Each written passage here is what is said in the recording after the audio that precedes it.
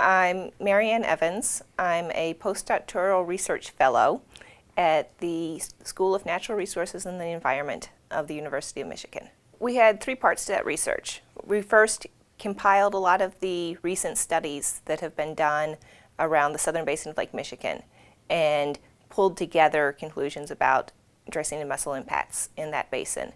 We then analyzed some historical data for all of Lakes Michigan and Huron and some data from Superior to see if those effects were widespread throughout those two basins using Superior as our control. And then we pulled together what the policy implications of that were using some additional literature sources and current policy decision points. So the zebra mussels and the quagga mussels both arrived in the late 80s, early 90s in the Great Lakes. And through the first part of that history, the zebra mussels expanded very rapidly in the nearshore areas of the lakes and sort of spreading from one lake to another. In the late 90s, the quagga mussels started coming through, and they'd been there all along, but took a while to get started. And they took over the nearshore areas from the zebra mussels. Not entirely, there are still some zebra mussels there, but outcompeted them in large areas. And then in the early 2000s in Lake Huron and in around 2004 in Lake Michigan, they started expanding into deeper waters, which is something the zebra mussels never did.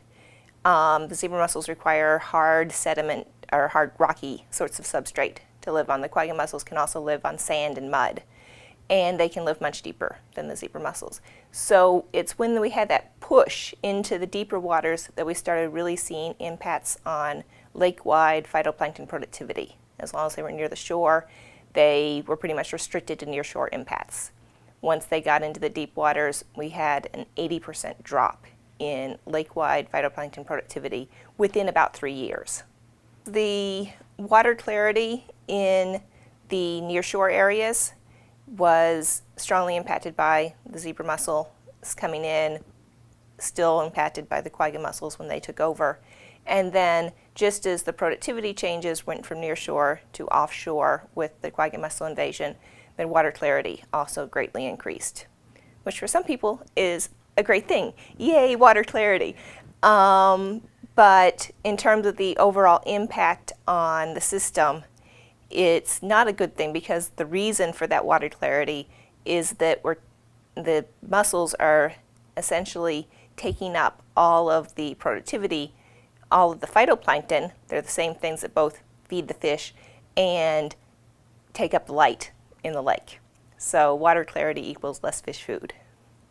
The mussels can live with thousands per square meter, about 3 feet by 3 feet, on the bottom of the lake. And I believe in some places tens of thousands. And so just by the area that's there for them to inhabit, expanding from just around the near shore of the lake to the entire lake has increased their populations by order of magnitude. All of these changes have been accompanied by massive population increases of the mussels. Both species, the zebras and the quaggas, can inhabit the substrate with thousands, even tens of thousands of mussels per square meter, so per about 3 feet by 3 feet on the bottom of the lake. But since the zebra mussels are restricted to the near shore areas, that leaves a lot of the lake, a lot of square meters that aren't available to them. So when the quaggas started taking over the deeper water, they were able to increase the total Dracaenid population by orders of magnitude. Hundreds, thousands of times what they were before. When the quagga mussels made this expansion into the center of the lakes and their populations increased so much, that's when we started seeing this really big impact, 80% decrease in phytoplankton productivity for the entire lake. That was accompanied by a more than 99% decrease in Diperia, the small little crustacean things that eat phytoplankton and are a really good fish food. And those essentially got replaced by zebra mussels, which some fish can eat, or quagga mussels, which some fish can eat, but aren't very good fish food. They're very low calorie, and the fish can't live on them very well. The way the food web normally works in these lakes is the phytoplankton grow in the spring, especially, and then their growth tapers off some during the summer. And that spring bloom of phytoplankton provides a good food source for zooplankton and some benthic invertebrates. Those in turn are food for small fish, either fish that are small just naturally or young of the year fish of sport fishery species. And those in turn are eaten by larger fish. And we've seen this Dreissenid impact, especially the quagga mussel expansion into deep waters, at all levels of that food chain. The phytoplankton we've been talking about are impacted drastically. The one species of the benthic invertebrate that makes a particularly good fish food, Diaperia, has crashed. Their populations have been decimated, like 1% of what they used to be. The fish species have shown decreases in their health, their growth rates, and for some species, their populations. Fish are particularly hard to quantify in all of this because there's also, fishing pressures and other things which also impact their populations. But we're seeing impacts throughout the food chain. You actually raised two really important points there that I'd like to address both of them. The first is, yes, the timing of the crashes of the fish relative to the zebra mussel and quagga mussel expansions. And when the zebra mussels were restricted to the near shore, they were having a near shore impact. And then when the quagga, but a relatively small portion of Lakes Michigan and Huron is in that near shore region. They're fairly deep lakes. They have fairly large, deep basins.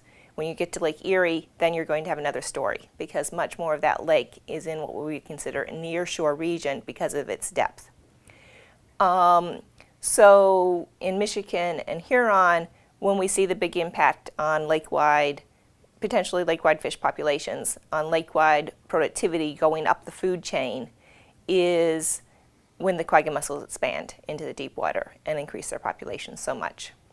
The other good point that you raise is this nearshore versus offshore impact. The zebra mussels had a strong nearshore impact. The quagga mussels have a strong offshore impact. The other important part of that is that they have somewhat different impacts, nearshore and offshore. In the nearshore waters, the zebra mussels aren't just taking things out of the water column, but they're in a way intercepting things before they get offshore. So we have what's considered a nearshore shunt of nutrients coming from the shoreline, coming from rivers that get trapped by the zebra mussels and effectively recycled in that nearshore area. So in many nearshore areas, productivity is actually increasing. You're getting more macrophyte growth, getting more bacteria that cause beach closures, and other problems of eutrophication.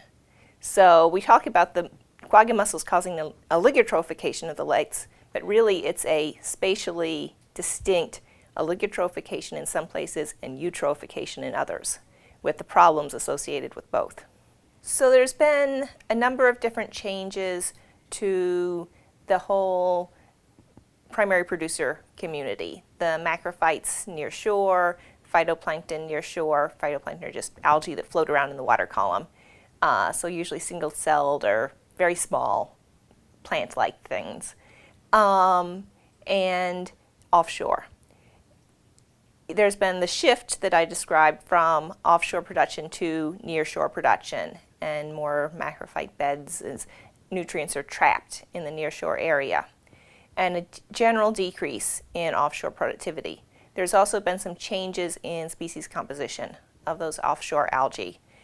The diatoms, which are generally considered a good algae species, have been hardest hit, but most of the other algal species have been pretty hard hit as well. The one group of species that seems to be somewhat resilient to the quagga mussels are blue-green algae, cyanobacteria, which are a bit concerning because some of those can produce toxins.